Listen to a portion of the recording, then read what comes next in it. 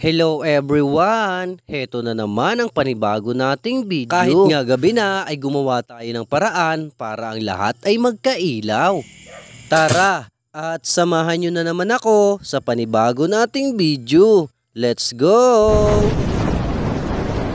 Hi guys! Run out po tayo ngayon! Kayo na pong bahalang husga!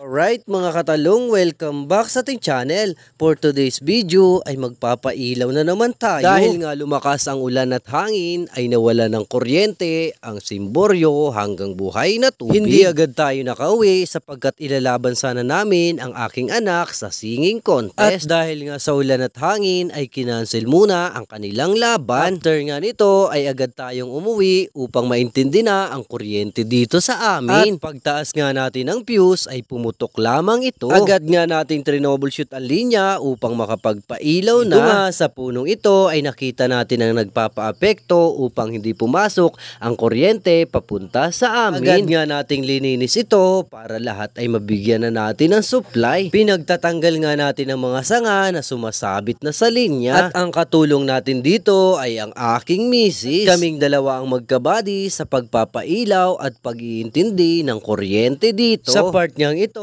ay hinakot na natin ang mga sanga na nakahambalang sa kalsada. At alam nyo ba mga idol kung magkano ang sinasahod ko sa pag-iintindi ng ganito? Wala po tayong sahod sa ganitong mga senaryo. At tanging ang kinikita lang po natin ay pag nag-i-install tayo ng mga kuryente. Kapag nagpapawiring lamang ang taga-Bakawan at Buhay na Tubig ay saka lang tayo nagkakaroon ng income. At dito nga sa aming barangay ay may pailan-ilan naman tayong nakukuha. At sa simpleng panonood nyo po sa aking mga videos ay siguradong malaking tulong ito para sa amin. Kahit papano ay madadagdagan ng konti ang ating income. Pagdating nga natin sa Banilad ay andyan na ang grupo para tumulong sa atin. At dahil nga sa kanila ay nabuhayan tayo ng loob. Sobrang hirap din kasing magintindi ng kuryente lalo na pag walang katulong. At dahil nga sa kanila ay sobrang natuwa tayo.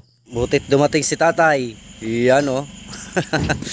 At sa part niyang ito ay binaba na ng tropa ang ating hagdanan. Pinesto niya agad ito malapit sa poste. At pagkatapos ay kinuha ng stick na pangtaas ng fuse. Ihinanda na rin ang holder para maitaas na at nang magkailaw na tayo. At alam nyo ba mga idol, ang ganitong trabaho ang pinakang risky dahil ang mga lineman ay araw-araw sa bakbakan na hindi naman nakikita ang kanilang kalaban. Ang laging baon nila ay dalangin at pag-iingat sa kanilang mga sarili. Kaya naman sobrang sumasaludo talaga tayo sa lahat ng mga lineman. At sa part niyang ito ay inaasinta na ng ating lineman ang ating fuse. At after niya nga itong itulak ay siguradong meron ng kuryente ang ating lugar. Katapos nga nito ay nagbiyahe na kami mag-asawa para puntahan ang isa pang fuse. Dito nga itataas pa natin ang isang fuse papuntang Bakawan at Buhay na Tubig. Ibinaba natin ang fuse na ito sapagkat nagto-troubleshooting tayo kanina. At ganito ang tamang diskarte para makita natin kung saang lugar ang may sabit. Nang subukan muli nating itaas ang fuse ng Bakawan at Buhay na Tubig ay bigo tayo mga idol. Message na lang tayo sa mga residente nila para sa umaga na lang tayo mag-troubleshooting. At ito po ang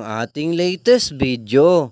Pasensya na po sa Barangay Bakawan at Buhay na Tubig dahil wala kayo ngayong ilaw. Salamat sa panonood. Salamat sa suporta. Ingat palagi. God bless!